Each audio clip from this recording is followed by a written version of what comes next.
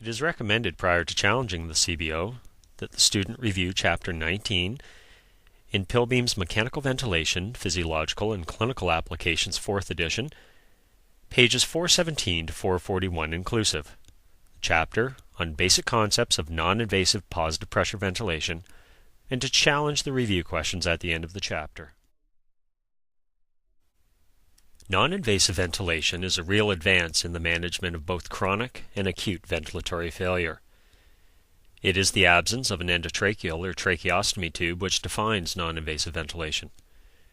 The development of various interfaces have made the delivery of effective ventilation to patients without intubation possible, and a good interface is crucial to success.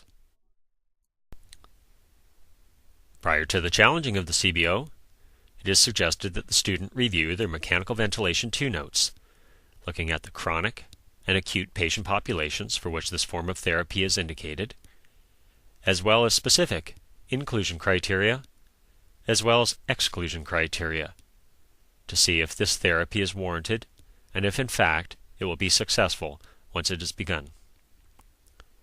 In an editorial in the European Respiratory Journal in 2004, Elliott suggests that the interface is crucial for successful non-invasive ventilation.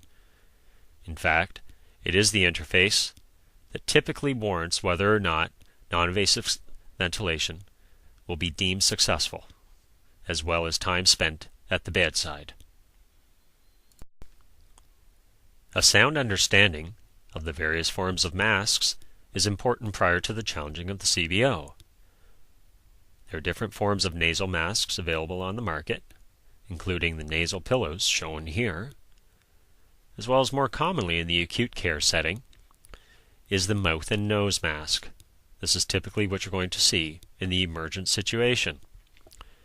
Also available at some sites is the full face mask.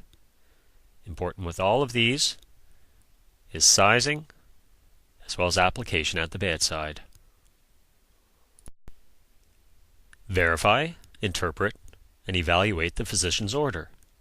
Try to discern between respiratory versus cardiac disorders for the application of this therapy. Select, gather, and assemble equipment according to the manufacturer's specifications or as noted in the specific product monographs on the various items utilized for application of this therapy. Perform any verification procedures prior to initiation of therapy at the bedside. This will enhance patient comfort as well as limit patient anxiety prior to the inception of therapy.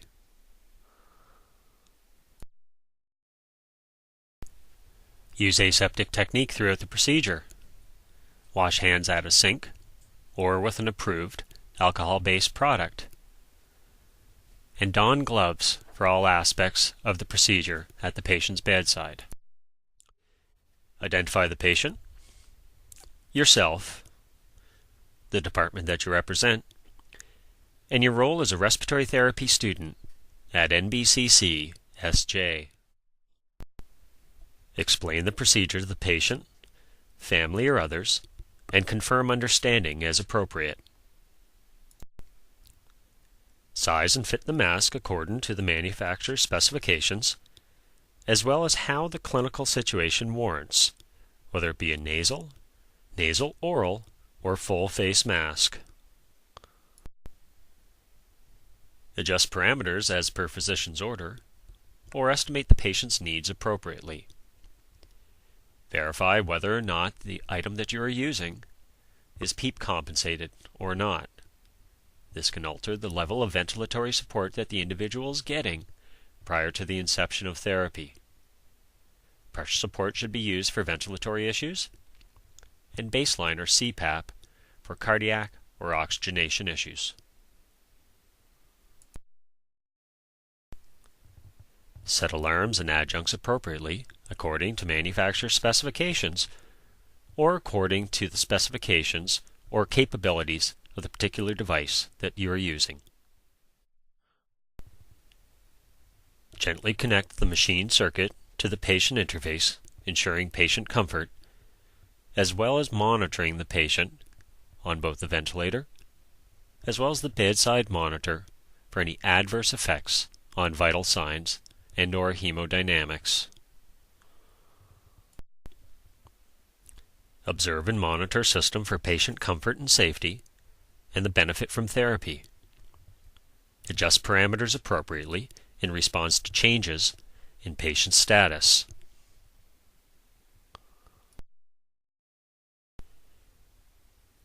Document your findings according to the local policy and procedure or in the electronic chart as noted at the particular site at which you are rotating.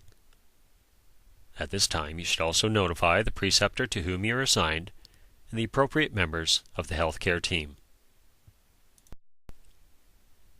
With a thorough review of your background knowledge, the unique aspects of the non-invasive ventilatory systems, including their ability to sense flow and flow effort in the presence of a leak, as well as the individual aspects of each of the devices that are available for your review, you should be successful in this competency-based objective.